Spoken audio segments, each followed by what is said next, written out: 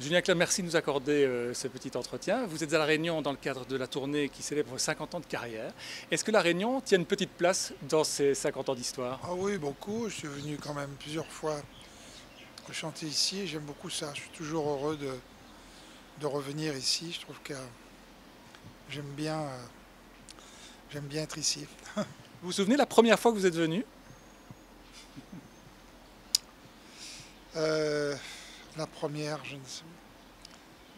ne sais pas. Je me souviens avoir chanté dans ce théâtre déjà, 2 fois, je crois.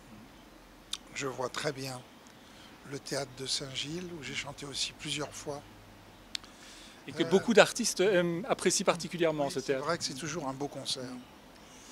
Bah, vous savez, euh, les, un spectacle en plein air, quand c'est réussi, ça a une tonalité particulière. Vous, dans une partie des racines et créoles, est-ce que vous ressentez ici que c'est un peu dans le même univers que vous vous retrouvez?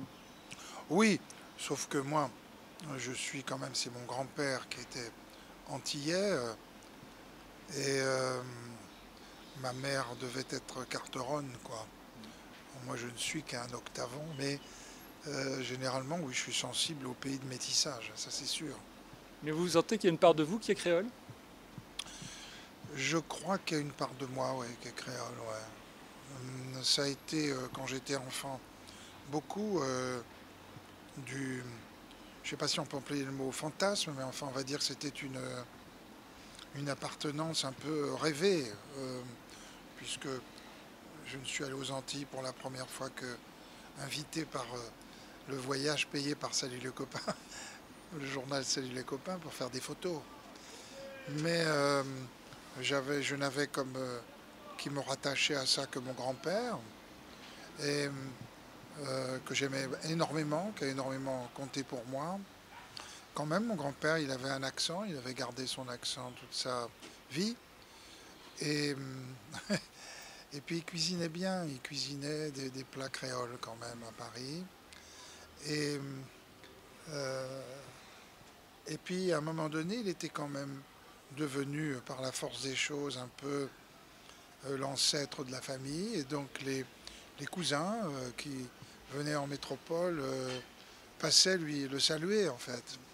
Donc les seuls Antillais que je voyais, en dehors de ceux que je croisais dans la rue, les Antillais de ma famille, c'est ceux que je voyais débarquer dans le petit appartement là où habitait, où mon grand-père avait habité toujours avec sa femme et ses enfants. Là, il ne restait plus que lui et ma mère, donc sa fille. Et donc là, je voyais des gens qui venaient avec des fruits, des confitures tout à fait semblables aux très bonnes confitures ici qu'on mange, d'ananas ou de goyave, vous voyez, ou de mangue. Alors moi, je m'étais fait évidemment un monde comme ça, j'ai envie de dire, d'odeur. Il y avait la personnalité de mon grand-père, mais c'était complètement fantasmé. J'avais aucune idée de ce qu'étaient les Antilles. Mais cette part-là, vous l'avez explorée par la suite? Bah, après, j'ai eu une cousine en particulier dont je reste assez proche. Quand je suis allé là-bas la première fois, évidemment, j'avais tellement rêvé dessus que j'ai été déçu. Et puis après, j'y suis retourné plusieurs fois et là, je me suis rendu compte que mon corps aimait bien quand même cette ambiance tropicale comme ça, et puis les odeurs. J'ai toujours beaucoup aimé le piment alors que mon grand-père n'en mangeait jamais. Et puis j'ai compris assez tôt, parce que